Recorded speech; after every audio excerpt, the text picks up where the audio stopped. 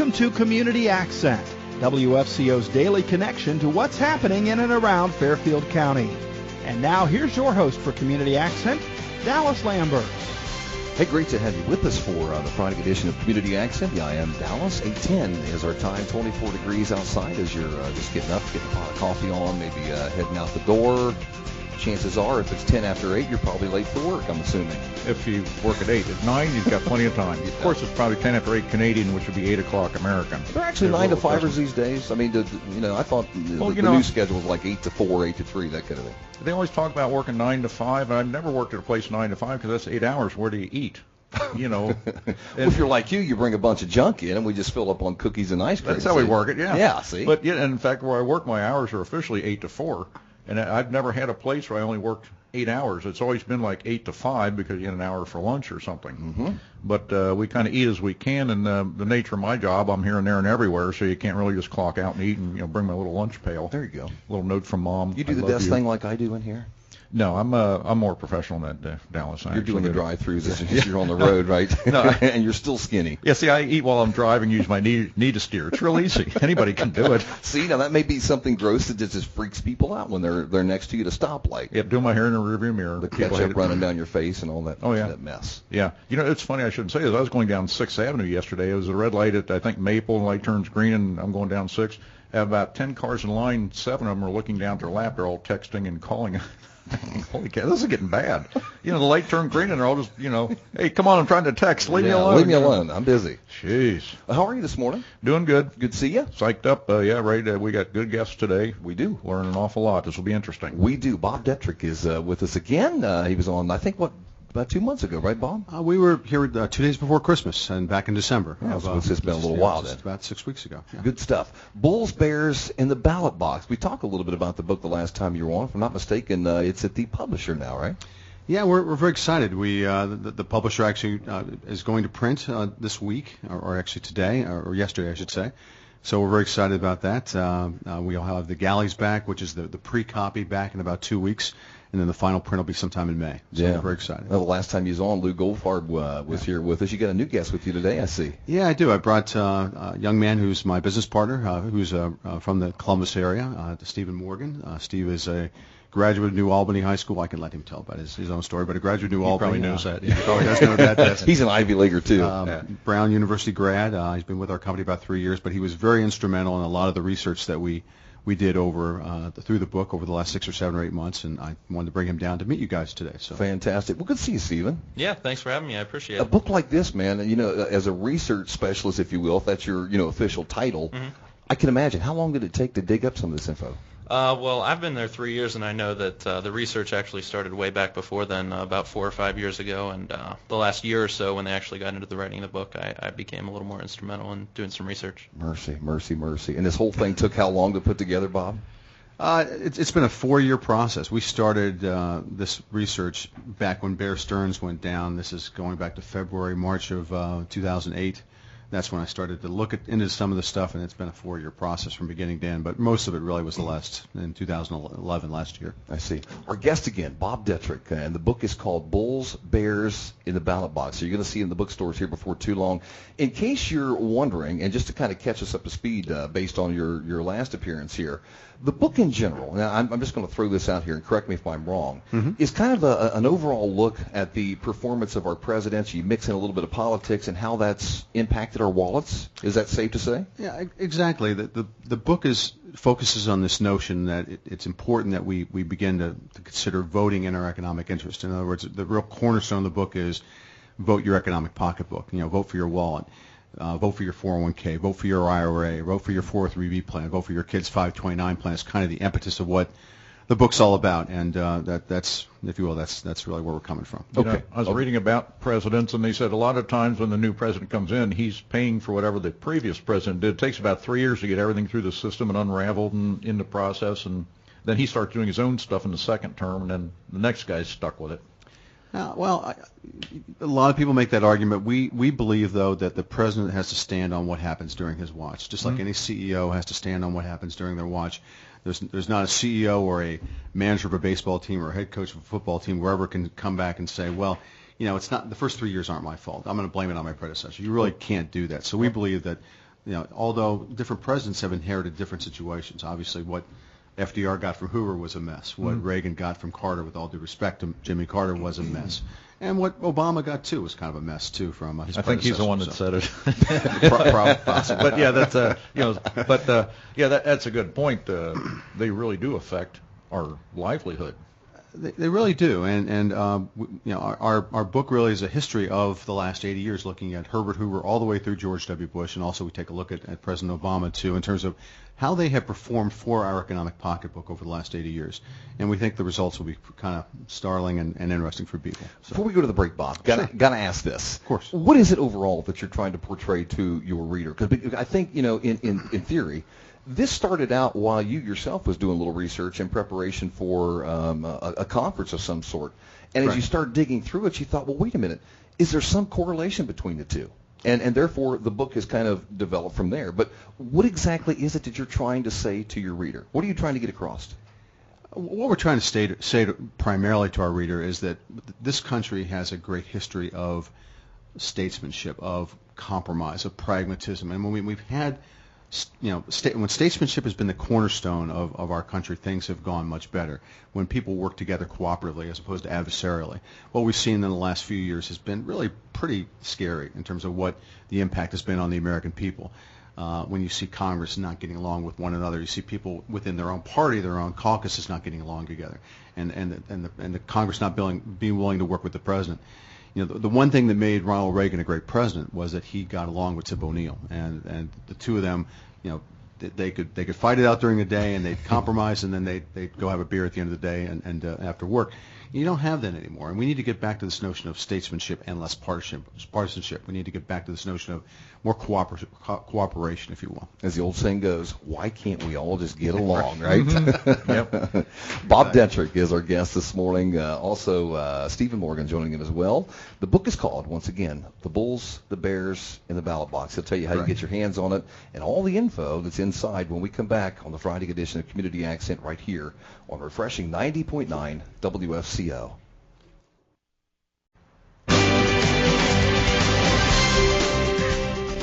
8:20, that is our time this Friday morning. I started to say afternoon, Rick. I'm jumping the gun here a little bit. You're thinking rebroadcast because we rebroadcast this in the afternoon. Yeah. So you're actually looking ahead. So you're all right. You're doing fine. I'm on the right track. Yeah, you're doing slow fine. but sure. I got to take baby steps here. I'll help you. Yeah. How are you, my friend? Doing good. Learning quite a lot. It's interesting how the political arena affects us. People don't think it is. They don't like to vote. What's that affect me? And it does. Yeah. Very interesting how it all trickles down. Oh, absolutely. Our guest this morning, Bob Deitrick, and also Stephen Morgan, who are authors, and I should say co-author, research analyst, all those titles mix into a mixed bag of nuts here. And we talk about the book Bulls, Bears, and the Ballot Box. And again, this is kind of a strategic look, Bob, to how things, when we talk about that trickle-down effect with politics and presidents, how it's affected our economy and how we got to the shape that we're in today. Agreed. In terms of trickle-down, is there a particular question there that you wanted to ask? Or? Well, and I think if when we talk about the structure of politics, and you mentioned a minute ago, not being able to get along. Sometimes it takes a compromise. But as Rick said a minute ago too, sometimes what happens in one particular area gets passed on to another president. Does it get fixed? It may or may not. And if it doesn't, the next president has to pick it up, and so on and so forth. So here we are in kind of a state of shock when we talk about our economy.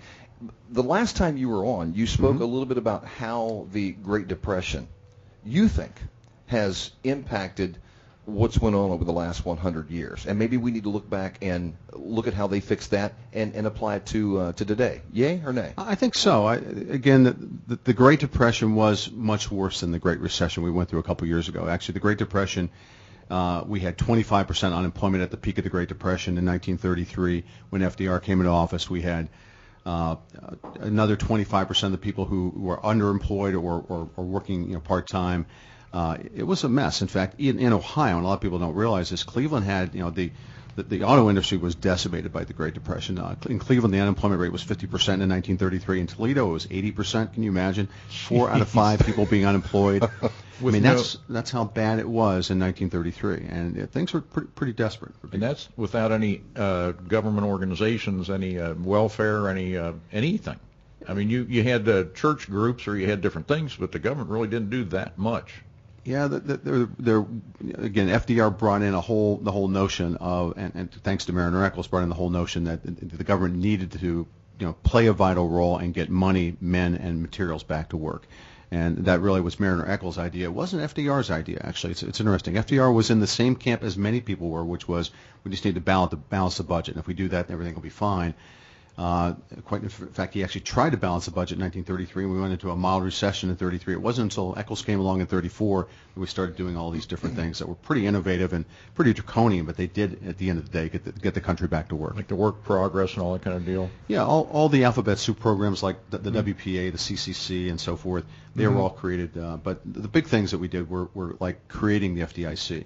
And during the Great Depression, 9,000 banks went under. Can you imagine? 2 out of every 5, or 40% of the banks went under. And when a bank went under and during the Great Depression, it wasn't like it was today where you had an FDIC safety net.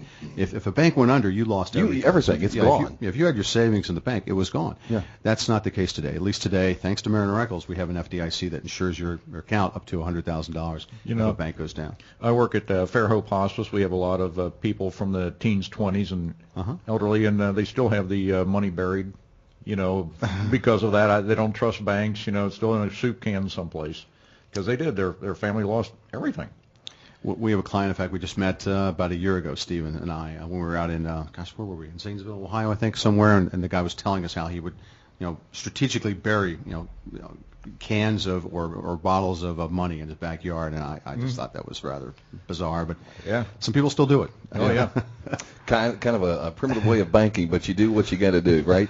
Well, you talk about balancing the budget in the 30s, and Bob, I'm trying to wrap my mind around things here. What if things would have continued the way Hoover was running things? And let's say, for example, what would have potentially happened had the federal government kept on with what Hoover was trying to do? What would have happened? That's a very good question, and a lot of people speculate that on the conservative side, that if we just left well enough alone, that things would eventually have corrected themselves. And at the end of the day, I just think that's not true. And Mariner Eccles, again, this was a Republican, a conservative, a banker, the Warren Buffett of his day, if you will, came in and said, if we do that, things are going to continue to spiral downhill. The government had to get involved and get people back to work. And I think it's very possible that we could have seen what happened in Germany. In fact, after the Smoot-Hawley tariff was passed in 1930, and that kind of made things much worse because that put a tariff on imported goods coming to the United States. That basically put up this huge wall of protectionism around the United States, which was a mistake. In fact, it's interesting that Henry Ford and guys like the CEO of J.P. Morgan at the time begged Herbert Hoover to veto this bill, and he didn't. And unemployment went from 7.8 or 9% to 25% 2 years later. Because what happened was when we put up all these tariffs, and basically all the other countries decided to do the same thing. So the world then went into a Great Depression, basically. That was our fault by passing the silly tariff. And at the end of the day, that was what allowed Hitler to have his end in Germany. When Germany went into their depression, that allowed fascism to come into Germany. Well, yeah. Well, excuse me, the tariff then, that was more or less making people buy American in a roundabout way? Exactly, yeah. And unfortunately, by closing the walls off, all we did was tick off the rest of the world so that they decided that they couldn't buy our goods. We wanted people to buy our goods, but it threw more people out of work in the United States. That was a huge negative, obviously, and unemployment increased exponentially. And more banks closed and so on and so forth, and the spiral just keeps going further and further down and down. So. Well, that's 1933, obviously. Since we're talking FDR here, just one bad choice. But what did he do eventually to kind of turn things around? Well, he listened to this guy named Mariner Eccles, who's kind of the hero of our book. Yeah. Mariner is. I was going to ask where he came from. I hear the name, and I'm not familiar with him. Mariner Eccles was from Utah. He was a banker. He was not a politician at all. In fact, he loathed politics. But he came from Utah. He was asked to testify before the Senate Finance Committee. This is the lame duck Senate right before Roosevelt came in February of 1933. And I've read his whole Senate testimony. But everybody else who came in before him, and there were 60 or 70 people who testified to try to answer, what do we do about this mess we're in terms of the Great Depression. And everybody said, well, we either balance the budget or they just didn't know what to do, quite frankly. And he came in and said, we need to do something draconian. The government has to get involved to get men, again, money and material back to work. And we do that by borrowing money from people who have it and getting it back in the hands of people who will spend it. Because that was a big part of the problem then in the Great Depression, was that we created this giant suction pump that got so much money in the top classes. We had 42% of the wealth in the United States in the top 1%. Jeez. And we didn't really have a middle class then either to speak of. So what happened was, so much money was siphoned to the top, and then you didn't have enough money at the bottom for people to buy the goods and services that wealthy people through their businesses, if you will, create. So it really was a demand issue, he thought, and at the end of the day, I think he was right. Very interesting. Yeah, I hear about that, and we were even talking, I don't know how this is correct or not, but like the stimulus money, instead of building a few bridges on the highway, if they gave everybody like $3,000, every person got $3,000, do what you want. I mean, that would stimulate the economy. Well, I mean, in a way, we kind of do that through unemployment compensation. But at the end of the day, what they did then is they said, okay, let's build the Golden Gate Bridge, and we can bring thousands of people together for this project. Let's build the Boulder Dam, which later was renamed the Hoover Dam. That's how we'll get people back to work, and we'll create these infrastructure projects that the country does need. And that was, again, Eccles' idea that FDR gets credit for, but at the end of the day, over the long haul, it worked. Now, you got to keep in mind that unemployment was 25.1% compared to 8.5% today. In fact, we're about to get the unemployment number for the month of January here in a couple minutes, and we'll be able to tell you what that is. But again, 25% compared to 8.5% is a big difference. It's a huge jump. And yet still, we brought it down from 25 to 9% in 8 years by 1941, before the war started. And of course, the war then threw a lot more people into the point. Unemployment obviously went down further during the war. But yeah, they said really it didn't exist because you could find a job somewhere if you wanted. Right. All the soldiers. Well, everything we're talking about today concerning the Bulls, the Bears, and the ballot box, the author, the research analyst, they're with us today, Bob Deitrick and also Stephen Morgan. They're here to share their thoughts with us concerning the book. They'll tell you how you can get your hands on a copy and a little bit more in detail when we return on the Friday edition of Community Accents right here on refreshing 90.9 WFCO. Hey, great to have you with us for the Friday edition of Community Accent. Myself, Dallas, along with Rick Snyder. You're still here, aren't you? Yep, doing good. It's kind of interesting. We were talking about Mariner Eccles and Franklin Roosevelt really didn't come up with these ideas. This guy did. And that's always a trait of a good leader, that he's got good people with him. He doesn't have to know everything, but his people do. Yeah. And that way he's more or less the funnel, and he gets it done. And Roosevelt really did some good things by listening to people that he had under him. Well, he was actually presented with a huge question from Mariner Eccles that we're going to get to here in a couple of minutes. But our guests this morning, Bob Deitrick and also Stephen Morgan, with the book The Bulls, Bears, and the Ballot Box. Bob, let's pick off where we left off here. Sure. Mariner Eccles, we talk about FDR and the fact that we were in such a huge depression back in the 30s. What kind of significance does that have with the recession that started back in 2008? Do we really need to look back and say, there's some lessons to be learned? Maybe we can apply those to what we need to do today to fix our problem. Well, again, Eccles' belief was that when you have a depression, the government has to get involved and has to deficit spend to get people back to work. On the other hand, when things are going well, you build a surplus up for, if you will, a rainy day. That was his belief. He believed in balanced budgets, but he thought the only way we could get the economy going again was to prime the pump by using what he believed was this concept of government leverage, where the government would come in and spend a little bit of money and he would create a lot of private investment. One way he did that was through something that he did through the Banking Act, which was he created an insurance fund that allowed banks to loan money for 30 years as opposed to 5. Back in the Great Depression days, if you borrowed money for a house, you had to pay the loan back in 5 years, and you had to put 50% down. And can you imagine that today?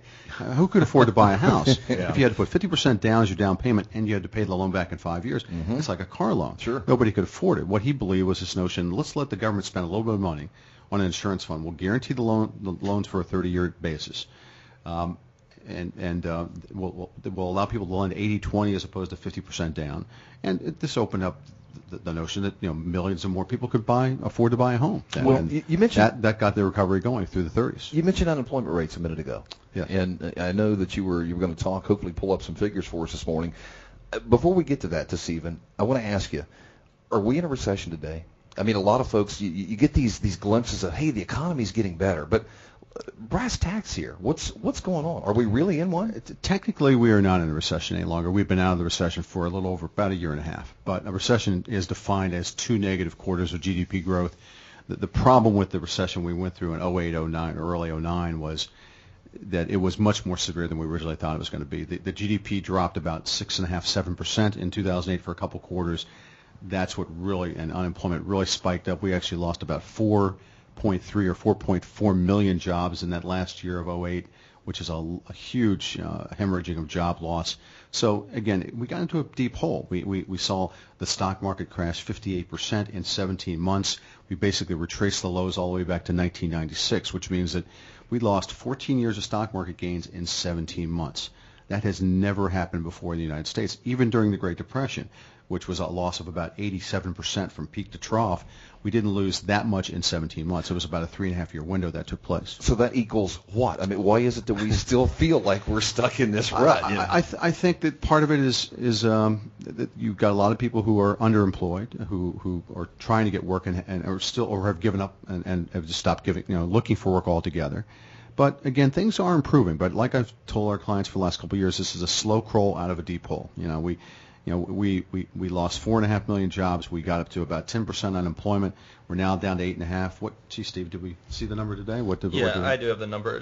To touch on what Bob was saying here real quick, I think now compared to the Great Depression, we're talking about psychology. A lot of people see it every day. We have media out there 24/7. Back then, people had to do what they were doing. They saw the news or heard it on, well, back then it was hearing it on the radio, once a day or something like that. Today, it's 24/7. It's pounded into our heads. Every bad thing that happens, you see it in front of your face. So there's an influence in it. I think that a big difference today is the psychology of what's going on. Everybody sees it in front of their face all the time, and it affects them. Wow. The unemployment figures actually that came out today, we dropped by 0.2%, so we're down to 8.3% on the unemployment rate, and we had 243,000. 243. Non-farm payroll. So not a huge. No, that's a very that's good a big number. But I mean, we hit 200,000 in December. Not to correct you, but that's a big number. We were anticipating 150 to 170 to have 243,000. Is that it? New private sector jobs? That's huge. And again, what we've seen, and this is interesting. Just in the last month, we've been watching the stock market go nuts for the last 30 days. And typically, when January is good, that means the market's going to do well. But the market's always predicting the direction the economy is going, and clearly the market's been right here in the last month. When the market goes up like this, and we haven't seen a rise this much in the month of January, you got to go back to 1997. In 1997, the market was up for the year about 33.5%. So again, we're up about 10% in basically the first 4 weeks or 4.5 weeks of the year. That's astonishing. So this tells me that we clearly are on the mend. And we lost, you said 2%, we're down to 8.3 now? Yeah, 8.3. Another positive for this year is also it's an election year. Generally, election cycles tend to have a good year in the market. Whoever's in power wants to stay in power. They're going to pull out all the stops, if you will. Yeah, there's only been 3 years of the last 50 or 3 election cycles where the market's been down. So basically almost 80% of the time you can count on in an election cycle, the market's going to do pretty well. Well, it's like what Steve said, everything. We see this constantly getting pounded in our head. Now it's up. Why aren't we all working and rich? I mean, we're this immediate happening. It just takes a while. It does, and I like to, I'm a big believer in this notion of going back to history. And Ronald Reagan, who was one of my favorite presidents, we write about in the book, he had a lot of struggles in his first term, quite frankly. And people forget this, and the Democrats have done a terrible job of talking about this. Republicans haven't talked about it. But at the end of the day, Ronald Reagan in his first term had unemployment above 10% between 1982 and 1983. A lot of people forget that. Wow. And actually, unemployment it peaked at 10.8%. We had a second recession after Carter's recession that he inherited. But basically, right now in January of 1984, which would be the same time where Obama is presently, unemployment was at 8.2%. So we're within 0.1% of where Reagan was as we climbed out of the hole. By November of '84, we were down to 7.4%. The country's clearly on the mend. People believe things are improving. Guess what? Ronald Reagan wins by a landslide. It seems like that kind of the same thing is beginning to happen here. Well, you talk about the 82. I can remember I was laid off from a company in late 81, and I was off work for about 15 months. Wow. Just everywhere I went. This is in Cincinnati, Rick? Or? This is up in Columbus by now, okay. and Columbus is actually theoretically a good market. Right. But at that time, you're talking about the 8 or 9%. I was one of them in the frustration of so close, but they were so picky, when they were hiring, and I can relate to that. Well, Bob, good segue. A minute ago, you was talking politics, Sure. and one of my next questions to I you. never like to talk about Well, politics. this is probably going to be a We're all 15-minute business. answer. No, I go ahead. Presidents. Yes. What is wrong with politics today? Everybody's got an answer for this, and they're probably going to say, Bob, you're nuts. And then you've got people that are on your bandwagon. But when you break it down, bottom line here, root cause, why is our climate so toxic? What's the problem? Well, we talk about this in the book, and really this is a phenomenon that's only taken place in the last 20, 25 years. You didn't used to have, you didn't have this in the 80s. I mean, it really was the late 80s to present day that this has happened. And part of it's the 24/7 news cycle that Stephen talked about a moment ago. Part of it is just people are just, again, too vitriolic in the manner in which they talk. At the end of the day, the one common denominator we all have that we all should be proud of is that we are all Americans. And whether you're a conservative or a Republican or a Democrat or a liberal or an independent or a moderate, we all have one common thread, and that is we all deeply love this country. We need to get back to that as opposed to this notion of, well, I'm right, and if you don't agree with me, not only are you wrong, but I hate you too. I mean, golly gee willikers. What does that accomplish? It accomplishes nothing. And, It's like, we were talking about these go have a martini and cigar after work. Right. The politicians. And there was a congressional cafeteria where everybody sat and ate lunch. Right. And now they don't. There's walls put up. Yeah. It's gotten to the point we need. I do believe in being conservative from the standpoint we have to go back to some of these things we used to do that were more in line with the notion of statesmanship and cooperation, if you will. You talk about the term red herring. What is this? Can you define it? Yeah, we talk about that a lot in the book because I think that's one thing, and I appreciate your asking that. One thing that we need to be aware of. A lot of politicians will use red herrings, which are basically just designed as distractions, to distract people from the topics that we ought to be talking about. So instead of talking about sound tax policy or teaching financial literacy in our high schools or having good schools or making sure we're going to have a solvent Social Security system, we're talking about things like, Barack Obama not wearing his flag pin, or Barack Obama taking his suit coat off in the Oval Office, and silly stuff like this. Is this done to brush it under the rug so we don't pay attention to it? What's the purpose here? Stephen, you want to comment on that?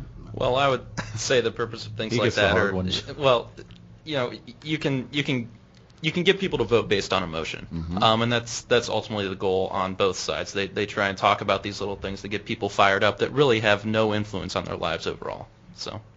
All the little petty things. You think exactly. about. Well, 8:44 is our time this morning. Great guest this morning, Bob Deitrick, and also Stephen Morgan. The Bulls, the Bears, the Ballot Box is the name of the book. And finally, we got details on how you can get yourself a copy of it when we come back and return the Friday edition of Community Accent. It's right here.